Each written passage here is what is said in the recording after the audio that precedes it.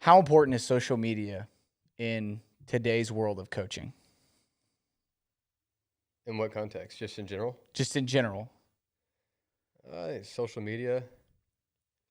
I mean, I think it depends upon your platform that you're going to use it with, but um, it's way more important now than what it was even 5 years ago. I mean, look at there's a couple of coaches here like the TikTok coach. Shout out. But yeah, look at him. It's influenced him and helped him, and really put him on the map just in regards of letting people or allowing people to really notice him, notice how good of a coach he is, right? And then really from there kind of launch him up the chain of coaching. Absolutely. And just to clarify, because we did connect over quarantine and COVID, played a couple Madden games and had a couple good conversations. Who won? But I blew it in the fourth quarter. Oh. Blew a 3-touchdown lead. I don't want to talk about it. But Marco is exactly who he is today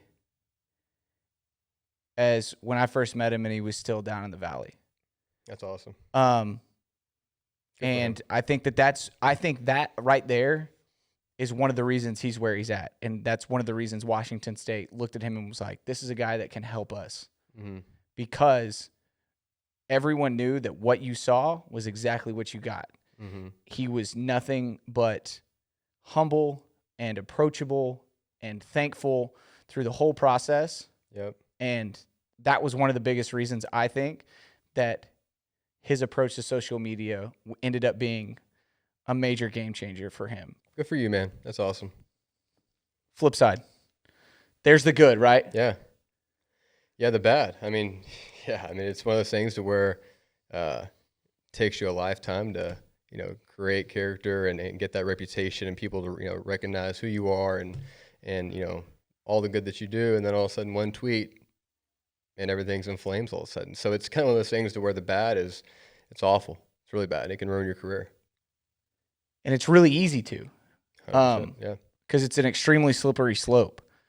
I remember personally, for the longest time, I made my social media private on all platforms for as long as I felt necessary. Yeah. And then when I decided that it might have been hindering my ability to network, help kids, this, that, and the other, I had a long conversation with myself about, do I start over?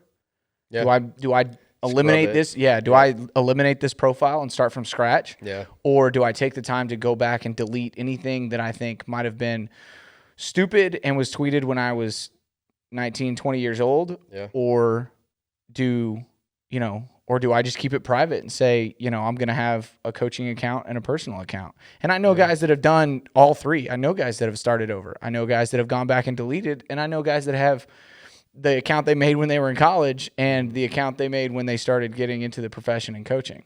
Yeah. But don't you think if you have like separate accounts, it's like, well, can you not just be who you are? Is that not acceptable? Like, are you doing other things on the outside of your other account? Is that, that's your inappropriate lifestyle. That's your appropriate lifestyle. And you know what I mean? Like, and then this is your coaching one. For sure. And I think a lot of times, that's not what I did. I went back and I'm not saying you. I spent a lot of time. I went back and spent a lot of time to clean up all the stupidness from college and, early 20s. Just saying dumb things or liking dumb things. But I think the value in that separation of having, the account you've always had and creating one that's more of your professional account is, it does allow you to enter conversations I can see that you may not want kids seeing you enter. Like for me, I think of it from a hypothetical. For me, if I did have those accounts as an economics teacher, as a government teacher, one of my biggest things is I try and maintain my personal views as personal views and not press them on my students, allow them to form their own, be willing to present both sides of an argument. Even though intrinsically I may disagree with the side I'm presenting, it's a presentation of information and the interpretation is left up to them once they have as much of the information as possible.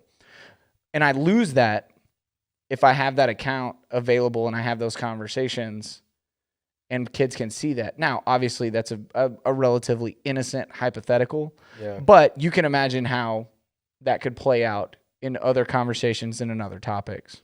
Yeah, I mean, I think that's the problem with society today. It's like there's no grace. Like nobody forgives anymore. So it's like, even if you had it on your personal account or whatever, whatever it may be, somebody ends up getting it, finding it, because that's what people do. They dig now, and all of a sudden now it gets out, and you're this whole other person, and well, you're this guy, you support this or whatever, and it's like you just ruin everything forever off that one little tweet. Or Facebook post, whatever it may be. But yeah, it's a major issue. I saw a video. This is not related to coaching or football, but it is related to social media. I saw a video on TikTok of a lady whose the sole purpose of her account is to expose. Just like trolling everybody? She finds people who create TikToks that she deems to be inappropriate, and then she does like her Inspector Gadget research and puts their first name, last name, Facebook, employer. That's the sole purpose of her page. What are we doing? What are we doing here? And legitimately, this is a relatively popular page.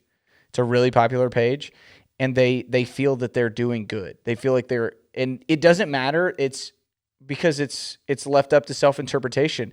Somebody could have put something out there that's a joke or along those lines, but their interpretation is that. It just pissed me off. Sorry. But those are the things that exist, and we can't do anything about them, and we don't like them, but we have to be aware of them. Yeah. I mean, you remember back in 2015, 2016, all the little projects that I was doing for Joey? Yes. Yeah, okay. So one of the big projects, and it wasn't for coaching, but it was just for the Elite 11. But one of them was social media. Hold on. I just want to pick up that name that he just dropped, working directly for the Elite 11. Don't worry, I got it. You can continue to tell your story. Appreciate it. Joey Roberts, and shout out Joey Roberts too, like the hardest worker, best ideas. I mean, that dude gets it. If it wasn't for him, Elite 11 wouldn't be where it is today. Seriously. So anyway, doing projects for him, and one of them was the social media, and I had to scrub.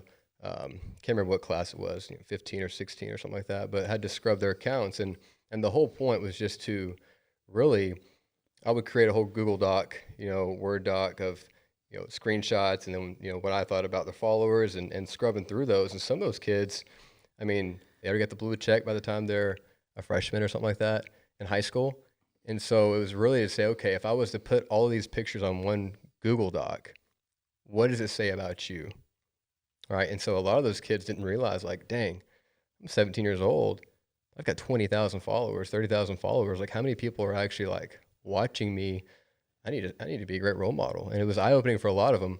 And even for me too, because it was like a lot of those kids didn't know the people that they followed 4 or 5 years ago, and the content that those people they followed 4 or 5 years ago were putting out, that they're maybe seeing every single day. And as you know, what you put in is what you put out, right? So it was crazy, very eye opening. That's one of those things that a couple weeks ago we were having one of our character building conversations with our team, and broken up into unit groups.